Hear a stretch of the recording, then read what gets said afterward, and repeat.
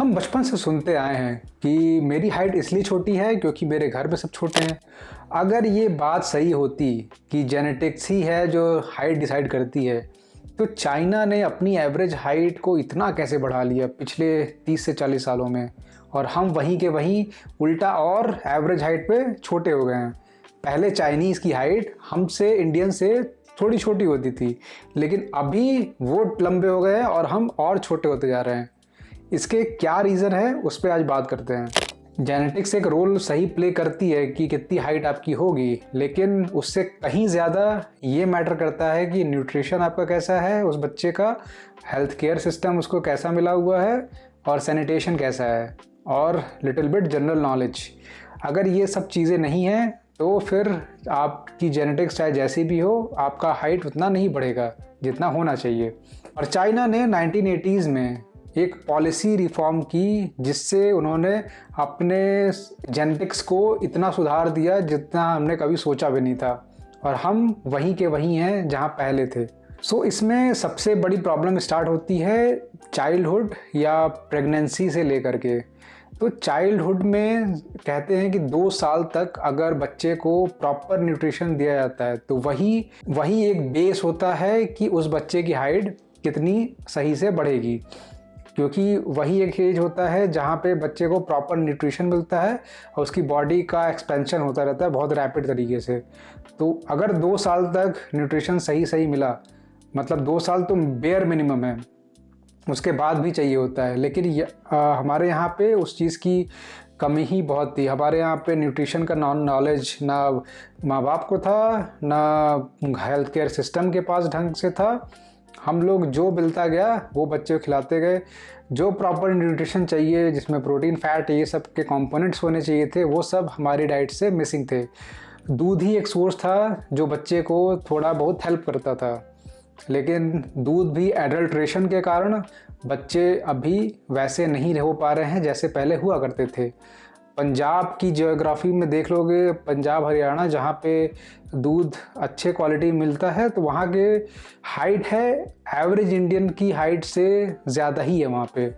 तो ऐसा क्यों है कि डिफरेंस इंडिया में ही डिफरेंस बहुत ज़्यादा है, चाइना की तो बात ही छोड़ दें। तो सबसे बड़ा फैक्टर प्ले करता है यहाँ पे न्यूट्रिशन स्टार्टिंग में बच्चे को कैसा मिला हुआ है। एक और प्रॉब्लम है स्टनिंग का, अंडर न्यूट्रिशन।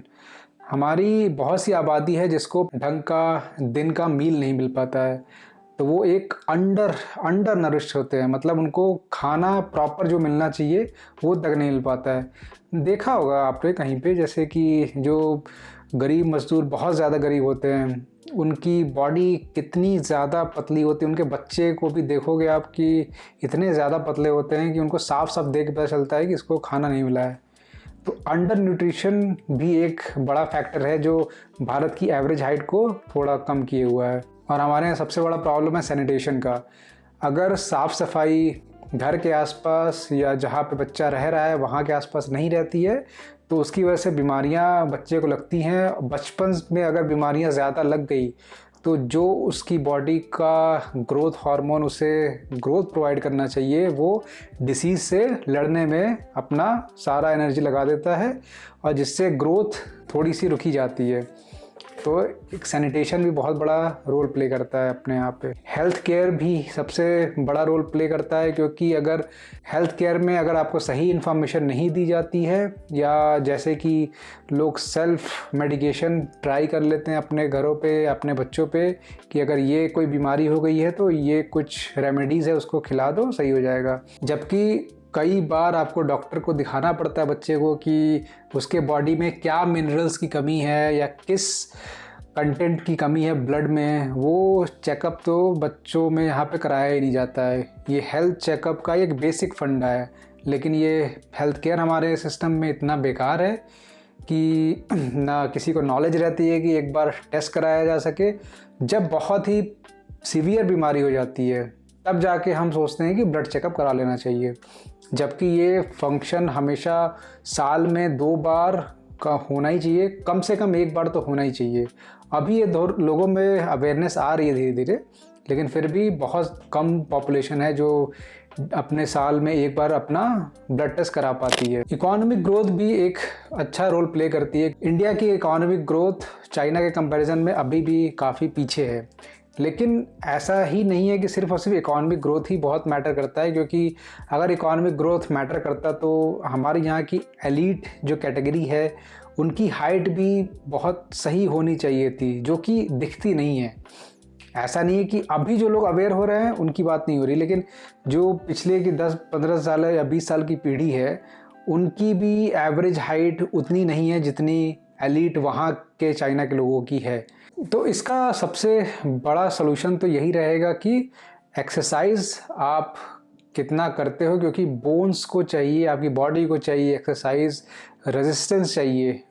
वो किसके थ्रू मिलता है? वेट के थ्रू। तो बॉडी को उससे स्ट्रेस मिलता है, और स्ट्रेस जब मिलता है तो मसल्स को एक्टिवेट होना पड़ता है, मसल को काम करना पड़ता है, तो इसलिए मसल ग्रो होती है। तो एक्सरसाइज सबसे बड़ा रोल प्ले करती है। और दूसरा है न्यूट्रिशन। अगर आप एक्सरसाइज कर रहे हो, प्रॉपर न्यूट्रिशन प्लेस में नहीं है, तो फिर जो आपने एक्सरसाइज की है तो उसके लिए जो मसल को बिल्ड करने के लिए कंटेंट चाहिए वो है आपका प्रोटीन, फैट और कार्बोहाइड्रेट। अगर ये तीनों बैलेंस में नहीं है डाइट में, तो आपका ग्रोथ वहीं पे हॉल्ट हो जाएगा। मतलब या तो आप सही से ग्रो नहीं कर पाओगे, नहीं तो एक एवरेज हाइट लेके आप वहीं पे स्टक हो जाओगे। और तीसरा इसमें रहता है स्लीप। बहुत सारे लोगों को अभी भी सोने में प्रॉब्लम रहती है। कई लोग रात में जगे रहते हैं, 12, 1 या 2 बज जाते हैं और सुबह जल्दी उठ जाते हैं, क्योंकि कुछ काम होते हैं, या तो स्कूल लेके या तो फिर ऑफिस लेके। रात में ढंग से ना सो पाना भी एक रीज़न है, क्योंकि उससे अपनी बॉडी में कॉर्टिसोल हार्मोन है, उसका हमेशा एक्सेस रहता है। और कॉर्टिसोल हार्मोन बॉडी को एक तरह से भीतरी से अलर्ट किया रहता है। तो ग्रोथ हार्मोन आपकी बॉडी में काम ही नहीं कर पाता जब तक बॉडी स्ट्रेस में रहती है। और स्ट्रेस का सबसे बड़ा हार्मोन है कॉर्टिसोल। सो कॉर्टिसोल को कम करने के लिए स्लीप सही होनी चाहिए। सबसे बड़ा प्रॉब्लम है कल्चरल माइंडसेट का, कि यहाँ पे फिजिकल एक्टिविटी को एकदम साइड करके रखा जाता है। सिर्फ और सिर्फ ये फोकस किया जाता है कि पढ़ो, अगर खेलने में अगर तुम्हारा समय जा रहा है तो तुम अपना टाइम वेस्ट कर रहे हो। जबकि फ़िज़िकल हेल्थ बहुत ही ज़्यादा ज़रूरी है आपकी माइंड की हेल्थ के लिए, और माइंड का हेल्थ स्टडी में बहुत काम करता है। तो ये चीज़ लोगों ने कभी फोकस की ही नहीं। यहाँ पे जो हमारा पीटी का पीरियड भी होता था स्कूल कॉलेजेस में, तो उसको भी स्किप किया जाता है किसी दूसरे सब्जेक्ट से। बहुत बार ऐसा हुआ है। हम लोग स्कूल में तो शायद ही साल में 10 या 15 पीटी के अटेंड किए होंगे अपने लेक्चर्स और बाहर के सेशंस। पीटी सेशंस भी होते थे उसमें अलग से, और पीटी की क्लास होती थी अलग से। क्लास मतलब सर आए, फिर बैठ गए टेबल पे, हो गया क्लास से ख़त्म।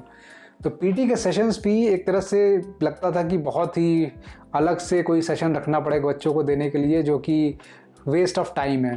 यहाँ पे फिज़िकल हेल्थ, स्पोर्ट्स और ये एक्टिविटी को एकदम से डाउनग्रेड करके रखा जाता है। किसी का इस पे ध्यान नहीं जाने पाता, और बच्चा भी इस पे ध्यान नहीं देता, क्योंकि उसके आसपास के लोग ही ऐसे हैं कि सब उसको डिमोटिवेट करते रहते हैं कि खेल के क्या हासिल करोगे, खेलोगे कूदोगे बनोगे खराब, पढ़ोगे लिखोगे तो बनोगे नवाब।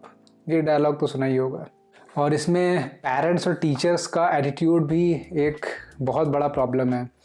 अगर आपसे एल्डर जो लोग हैं वही आपको अगर इस पे सपोर्ट नहीं कर रहे हैं और या आपको मोटिवेट नहीं करते इसके लिए, तो फिर आपके माइंडसेट में ये बन जाता है कि ये ज़रूर ही वेस्ट चीज़ है, और आप हमेशा वही करते आते हो जो बताया जाता है कि घर में रह के पढ़ते रहो, जहाँ पे भी रहो पढ़ते रहो, इसी से सब कुछ सही होता है। दिमाग तभी सही रहेगा जब बॉडी को एक स्ट्रेस और एक्टिविटी मिलती रहे। अगर बॉडी एक जगह पे टिकी हुई है, उसको मूव करने के लिए सही समय नहीं मिल पा रहा है, तो फिर बॉडी का ग्रोथ नहीं होगा, और बॉडी के ग्रोथ से डिपेंड है तुम्हारे माइंड का अलर्टनेस और एक्टिवनेस। अगर कोई बच्चा इसमें कहे कि मुझे जिम ज्वाइन करना है और सप्लीमेंट लेने हैं, प्रोटीन को इनटेक करना है ताकि मेरी डेली की डाइटरी में जो मिसिंग है न्यूट्रिएंट्स वो मैं सप्लीमेंट करके कंप्लीट कर सकूं, तो इसके लिए भी उसे घर से ही रेजिस्टेंस फेस करना पड़ता है, अपने आसपास के लोगों से, अपने पीयर से। तो उसका ये मोरल टूट ही जाता है कि मुझे सच में इसकी ज़रूरत है भी, या मैं कहीं जस्ट सुन के ही ले रहा हूँ तो गलत ही होगा। या फिर वो जिम ज्वाइन करना चाह रहा है तो उसके लिए भी उसको घर पे ही लड़ना पड़ता है कि मैं जिम ज्वाइन क्यों नहीं कर सकता, घर वाले उसको अलाउ नहीं करते तो वो जिम भी ज्वाइन नहीं करता।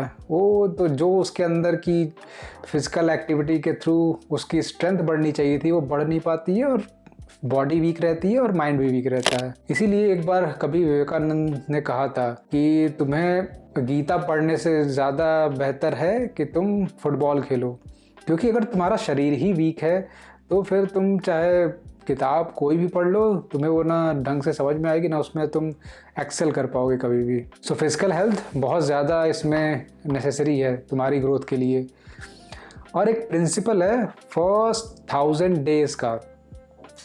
तो अब जैसे कि बच्चों में यहाँ पे इंडिया में देखा जाए तो न्यूट्रिशन का नॉलेज तो उतना नहीं है, अभी धीरे धीरे बढ़ रहा है, लेकिन नॉलेज इतना नहीं रहता है। तो बच्चे को क्या देना है, दूध तो चलो मिल जाता है, माँ का दूध मिलता है बच्चे को, लेकिन उसके बाद जो उसको खाना मिलता है तो वो देखते ही है कि एक कंपनी का डिब्बा आता है, सो उसमें से पाउडर निकाल के उसमें कुछ मिला के बच्चे को पिलाते हैं, जबकि उसमें शुगर होता है, बच्चे के लिए हार्मफुल है, लेकिन फिर भी दिया जाता है। ये कॉन्सेप्ट है कि 1000 दिनों तक कंसीव होता है बच्चा, उससे 1000 दिन तक वही चीज़ डिसाइड करता है कि बच्चा कितना हेल्दी होगा और उसकी बॉडी की ग्रोथ कैसी होगी। तो 1000 दिन मान लो कि 3 साल के आसपास हो गया। तो जैसा कि हमने पहले कहा था कि 2 साल तक बच्चे को देना चाहिए प्रॉपर न्यूट्रिशन, तो वो स्टार्ट होता है कंसीव जब बच्चा होता है माँ के पेट में, तभी से स्टार्ट होता है। क्योंकि जब तक माँ को प्रॉपर न्यूट्रिशन खुद को नहीं मिलेगा तो बच्चे की जो डेवलपमेंट होती है माँ के पेट में, अगर वही नहीं सही होगी तो फिर बच्चा बाहर आकर के भी उसको न्यूट्रिशन ढंग का नहीं मिला तो वो ऐसे भी ग्रो नहीं कर पाएगा। तो उसकी शुरुआत होती है बहुत ही शुरुआत से। तो इसको अगर समझना चाहो तो एक एग्जांपल समझ सकते हो, जैसे कि तुम्हारे पास कुछ सीड्स हैं, मान लो कि तुम्हारे पास पंपकिन के सीड हैं, वो तुमने एक 2 जगह पे लगाया, एक जगह पे लगाया जिस पे तुमने प्रॉपर उसको पानी दिया, प्रॉपर सनलाइट दी, प्रॉपर खाद दिया, और एक जगह लगाया तुमने कभी उसको पानी दी कभी नहीं दी, खाद कभी दिया कभी नहीं दिया। तो जब दोनों बड़े होंगे तो कौन सा है जो बेहतर बड़ा होगा? ऑब्वियसली पहला वाला। तो यही चीज़ तुम्हारी बॉडी पे भी काम करती है। तो इसलिए बच्चे को भी वैसे ही ट्रीट करना चाहिए कि जब प्रेगनेंसी के समय से ही उसकी हेल्थ डिसाइड होती है, तो इसलिए उस समय से ही बच्चे को प्रॉपर न्यूट्रिशन देना चाहिए। जेनेटिक्स डिसाइड करती है पॉसिबिलिटी, लेकिन सोसाइटी है वो डिसाइड करती है कि जो पॉसिबिलिटी है वो रियलिटी में बदलेगी कि नहीं बदलेगी। तो इसलिए तुम्हें सोसाइटी के भरोसे पे नहीं रहना है। अगर तुम्हारा न्यूट्रिशन ख़राब था तो उसको आज ही सुधारो, और अगर तुम्हारा कोई डिपेंडेंट बच्चा है तो उसका भी न्यूट्रिशन तुमको ही सुधारना है आज से और अभी से। कल का वेट ना करो। अगर नहीं समझ में आ रहा है कि क्या करना है तो कोई अच्छा डाइटिशियन पकड़ो, वो तुमको हेल्प करेगा।